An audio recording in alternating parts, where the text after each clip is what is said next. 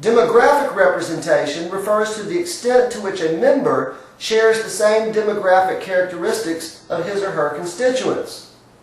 Under this meaning, for Congress to be a representative institution, its membership must mirror the characteristics of the general population. Congress must be a portrait in miniature of the population. As the authors of your textbook point out, the membership of Congress does not reflect the diversity of the general population.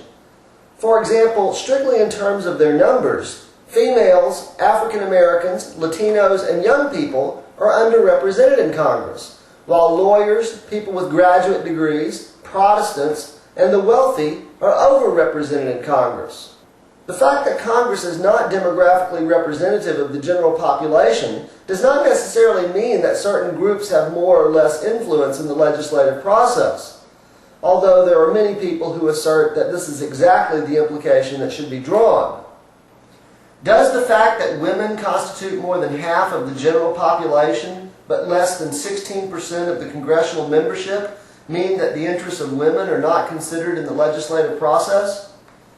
I suppose the answer to that question depends on who you ask. If you were to ask the leader of the NAACP whether it matters that there are so few African Americans in Congress, or the president of LULAC whether it matters that there are relatively few Latinos in Congress, I suspect both would answer, of course it matters.